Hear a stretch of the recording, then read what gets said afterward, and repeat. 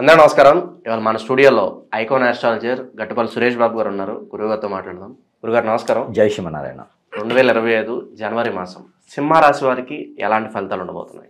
సింహరాశి వాళ్ళకి చెప్పాలంటే ముందు అసలు హ్యాపీ న్యూస్ చెప్పాలని కూడా లేదు. ఎందుకంటే వాళ్ళకి చాలా ఉర్రుటూలుగేటువంటి ఆ యోగం కనిపిస్తూ ఉంది వీళ్ళకి దాంట్లో. అందుకని చెప్పేసి గురుచండాల యోగం అని ఉంటుంది. ఈ గురుచండాల యోగం అనేది 12 సంవత్సరాలకు ఒకసారి వస్తుంది. మనకి ఏది పుష్కరాలు వస్తాయో అలాంటి తరుణంలోనే వీళ్ళకి 12 సంవత్సరాలకు ఒకసారి వస్తుంది. పుష్కరాలు అంటే ప్రతి 18 నెలలకు వస్తాయి. వీళ్ళ దాంట్లో ఎట్లా ఉందంటే, ఎందుకంటే వీళ్ళకి 7వ స్థానంలో శని ఉన్నాడు, శనితో పాటు శుక్రుడు ఉన్నాడు. 10వ స్థానంలో గురువుతో పాటు ఇప్పుడు 10వ తారీఖు జనవరి 10వ తారీఖున వీళ్ళకి 9వ తారీఖు మధ్యాహ్నం నుంచి చంద్రుడు వస్తాడు. ఈ చంద్రుడు రావడంతోనే వీళ్ళకి అంటే 9వ తారీఖు నుంచి వీళ్ళకి వచ్చేసి గురు చండాల యోగం మొదలవుతుంది. ఈ గురు చండాల యోగం ఎలా ఉంటుందంటే, గురువు చండాలుడైపోతాడా లేకపోతే గురువు నీచంలోకి వెళ్ళిపోతాడా కాదు. గురు చండాల యోగం అనేది ఒక గొప్ప యోగం. దానివలన అన్ని రకాల పనులు అవుతాయి అన్నమాట. అందుకని నేను ఆ ఉర్రుతులుగేటువంటి ఏదైతే మనస్సు ఉంటుందో, ఎప్పటి నుంచి చేయాలని కార్యక్రమాలు ఉంటాయో ఇవన్నీ కూడా అసలు ముందుకు పరిగెత్తిపోయి చేయాలన్న ఒక తపనలో ఉంటారనమాట. ఎప్పటి నుంచి ఆగిపోయిన పనుల కోసం కానివ్వండి, జాబులు కానివ్వండి, ఎవ్రీథింగ్ ఏదైనా సరే కుప్పలుగా వచ్చేటువంటి ధనం కావచ్చు, వీళ్ళకి పేరు ప్రఖ్యాత కావచ్చు, డబ్బు కావచ్చు, అన్ని రకాల యోగాలు ఉండేదానికి గురు చండాల యోగం అంటారు. ఈ గురు చండాల యోగం అనేది వీళ్ళకి రావడం అనేది చాలా గొప్ప విషయం, అదృష్టం. అది కూడా ఈ జనవరి మాసంలో రావడం అనేది మరింత అదృష్టం. ఈ గురు చండాల యోగం అనేది వీళ్ళకి గత 29 రోజుల నుంచి 30 రోజుల వరకు ఉండేటువంటి ఈ గురు చండాల యోగం అంటే ఫిబ్రవరి 8వ తారీఖు వరకు వీళ్ళకి ఈ గురు చండాల యోగం అనేది వర్తిస్తుంది. ఈ గురు చండాల యోగం ఎలా ఉంటుంది, అసలు దీనికి ఎలా వస్తుంది, అసలు ఎలాంటి వాళ్ళకి వస్తుంది? ఈ సింహరాశిలో పుట్టినటువంటి వాళ్ళు ఎవరైతే ఉన్నారో వాళ్ళ స్థితి, గతి, అలానే వాళ్ళకి దశ అంతర్దశలు కూడా పరిగణిస్తాయి. గురు దశ నడుస్తూ ఉన్న వాళ్ళకి గురు చండాల యోగం అనేది వస్తుంది. ఈ గురు దశలో కనుక చంద్రుడు అంతర్దశ, అలానే రవి అంతర్దశ, కుజ అంతర్దశ ఉన్న వాళ్ళకి ఈ యోగం వర్తిస్తుంది. అలానే ఈ సింహరాశి మకా నక్షత్రంలో పుట్టిన వాళ్ళకి వర్తిస్తుంది.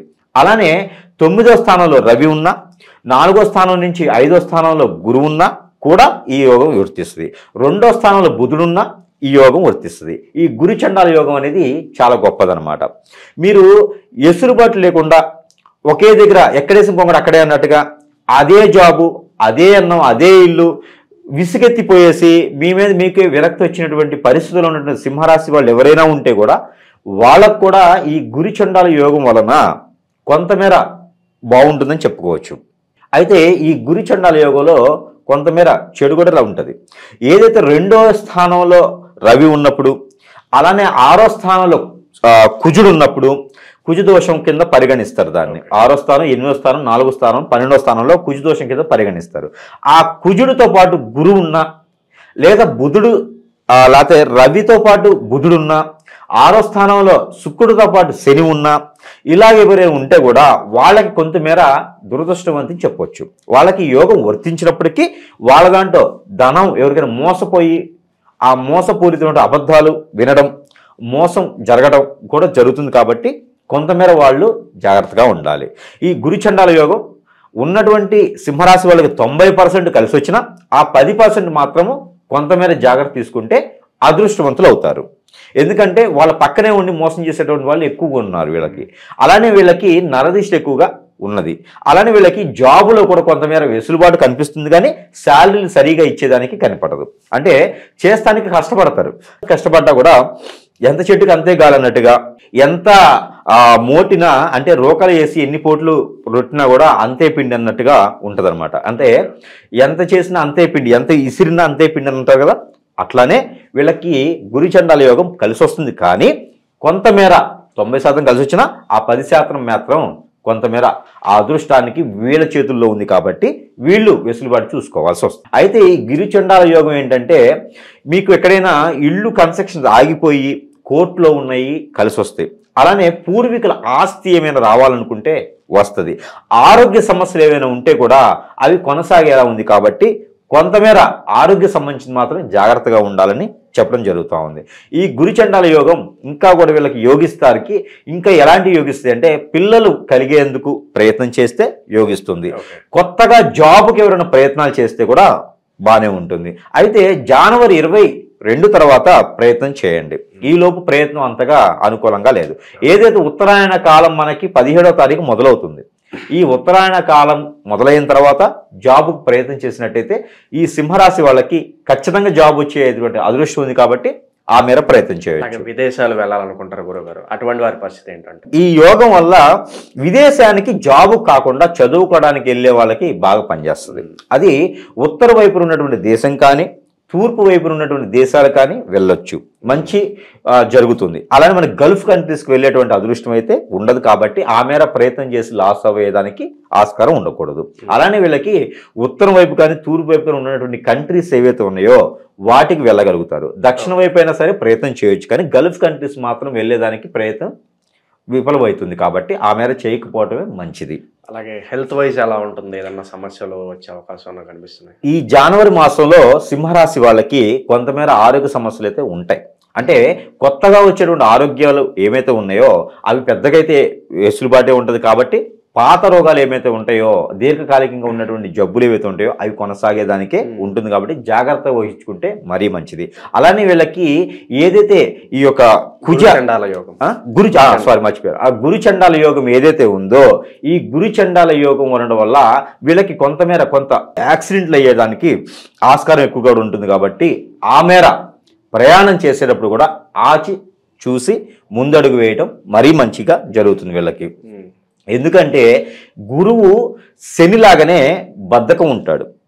గురువు జ్ఞానమూర్తి కానీ అలానే బద్ధకంగా ఉంటాడు. అంటే ఇవాళ చేసే పని చేద్దాంలే, 10ంటికి వెళ్ళాలంటే 9ంటికి లేస్తే సరిపోతుందిలే, ఇలా ఉంటుంది అనమాట.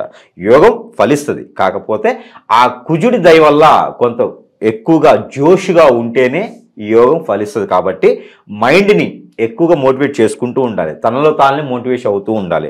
ఇంకోటి ఏంటంటే సింహరాశి వాళ్ళు ఈ జనవరి మాసంలో ఎవరి మాట వినకుండా ఉంటే మరీ మంచి జరుగుతుంది.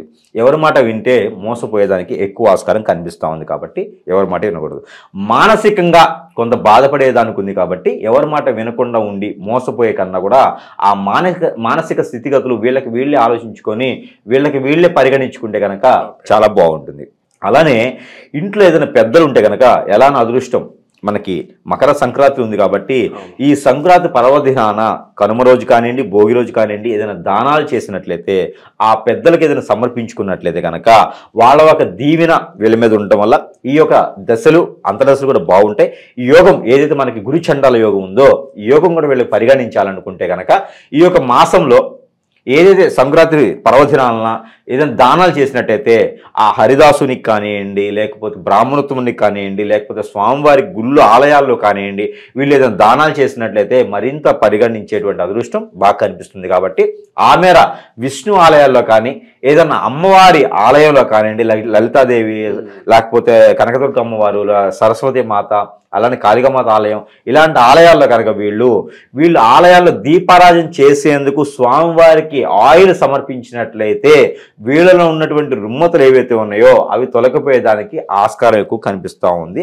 ఆవు నెయ్యి సమర్పించినా కూడా పర్వాలా, మినిమం కిలోంపావు సమర్పించినట్లయితే వీళ్ళలో ఉన్నటువంటి గ్రహరీత్యా దోషాలన్నీ తొలగిపోయేసి అన్ని అనుకూలంగా ముందుకెళ్ళేసి ఏదైతే గురుచండాల యోగం ఉందో ఆ యోగం కూడా వీళ్ళకి పరిగణించి వీళ్ళకి ఫలించేసి అలానే యాక్సిడెంట్లు అవుతాయి అనుకునేటటువంటి ఏదైతే రుమ్మతులు ఉన్నాయో ఇవన్నీ కూడా తొలగిపోయేసి ఆ విజ్ఞాన్ని ఒకటి సమర్పించేసి అలానే వైకుంఠంలో ఉన్నటువంటి విష్ణుమూర్తి వీళ్ళకి దీవించేసి ఎవరైతే మీ పెద్దలు ఉన్నారో ఆ వైకుంఠంలో విష్ణుమూర్తి దగ్గరికి వెళ్ళేసి ఈ మా పిల్లలు బాగుండాలని చెప్పేసి దీవెనలు వాళ్ళే కూడా మీ పెద్దల దీవెనలు కూడా వీళ్ళకు ఉంటాయి కాబట్టి ఆ మేర ప్రయత్నం చేసి దానాలు చేసుకుంటే కనుక మరీ మంచి కాలం బాగుంటుంది. అలానే మనకి కుంభమేళా కూడా స్టార్ట్ అవుతుంది 13వ తారీఖు జనవరి. అయితే ఆ కుంభమేళలో వెళ్ళలేనటువంటి వాళ్ళు ఎవరైనా సింహరాశి వాళ్ళు ఉంటే మీకు దగ్గరలో ఎక్కడైనా నదీ తీరం ఉన్నా సముద్ర తీరం ఉన్నా అలానే కాలువలు కానీ నదులు కానీ చెరువులు కానీ ఉంటే స్నానం చేసే విధంగా ఉంటే గనక స్నానం ఆచరించి ఆ పెద్దలకు నమస్కారం చేసుకొని నువ్వులు 1 కిలోంపావు గనక మనం అక్కడ దానం చేసినట్టయితే ఆ నదిలో వదిలినట్లయితే ఎక్కడైతే మీరు స్నానం చేస్తారో అక్కడ వదిలినట్లయితే ఆ పెద్దల దీవెన కూడా మీ మీద ఉంటుంది. అలానే గోధుమ పిండిని ఉండలు చేసి ఆ ఉండలు కూడా మినిమం 11 ఉండలు చేసి ఆ నదిలో వదిలితే మరీ మంచి జరుగుతుంది. బియ్యం పిండి ఉండలు చేసి ఒక 11 ఉండలు చేసి ఆ పెద్దలకు నమస్కారం చేసి మీరు స్నానం చేసిన నీటిలో వదిలినట్లయితే మరీ మంచి జరిగేటువంటి అదృష్టం మీకు ఉంటుంది. ఈ మాసంలో కనుక ఇలాంటి చిన్న చిన్న పరిహారాలు చేసుకొని అదృష్టవంతులైతే చాలా బాగుంటుంది. అలానే ప్రతి మాసం కూడా మనం ఇస్తున్నటువంటి నెంబర్ ఉంటుంది. ఆ గ్రహాలు ఏవైతే అనుకూలంగా లేవో వాటికి సంబంధించినటువంటి పాజిటివ్ చేయడానికి మనం నెంబర్ కూడా ఇవ్వడం జరుగుతుంది. కాబట్టి ఆ మేర మనకి జనవరి మాసంలో ఈ యొక్క సింహరాశి వాళ్ళకి నెంబరు 148721091 148721091 ఈ నెంబర్ని కనుక ప్రతిరోజు 236 సార్లు కనుక జపం కానీ పారాయణం కానీ చేసినట్లయితే మరింత మంచి కాలం వస్తుంది. అలానే మనం చెప్పుకున్నటువంటి గురుచండాల యోగం కూడా వీళ్ళకి పరిగణించేసి వీళ్ళ దాంట్లో అన్ని గ్రహాలు వెసులుబాటు కలిగించేసి ఆ అదృష్టాన్ని కనుక వీళ్ళకు ఇచ్చేదానికి ఉంటుంది. కాబట్టి ఆ మేర ప్రతిరోజు కూడా ఈ నెంబర్ని కూడా వీళ్ళు పారాయణం చేసుకోవచ్చు. అందరూ కూడా ఈ యొక్క 2025 సంవత్సరంలో అందరూ బాగుండేసి ఈ సింహరాశి వాళ్ళందరికీ కూడా సొంత గృహం ఏర్పడేలా ఉంది అదృష్టం. కాబట్టి ఆ మేర ప్రయత్నం చేసుకుంటే ఫిబ్రవరి నాటికి ఆ కుంభమేళ ఏదైతే ఉందో ఆ కుంభమేళ అంతమైన నాటికి మాస శివరాత్రి నాటికి వీళ్ళకి గృహం కూడా వచ్చే అదృష్టం ఉంది. కాబట్టి అన్ఎక్స్పెక్టెడ్గా గృహం వచ్చే అదృష్టం ఉంది. కాబట్టి ఆ మేర ప్రయత్నం చేసేసి ఈ గురువు గారికి ఇంకేమైనా ఉంటే కూడా ఫోన్ చేసి అడగొచ్చు, ఇబ్బంది ఏం లేదు. కాబట్టి ఆ మేర ప్రయత్నం చేస్తే బాగుంటుంది. అందరూ అదృష్టవంతులు అవుతారు.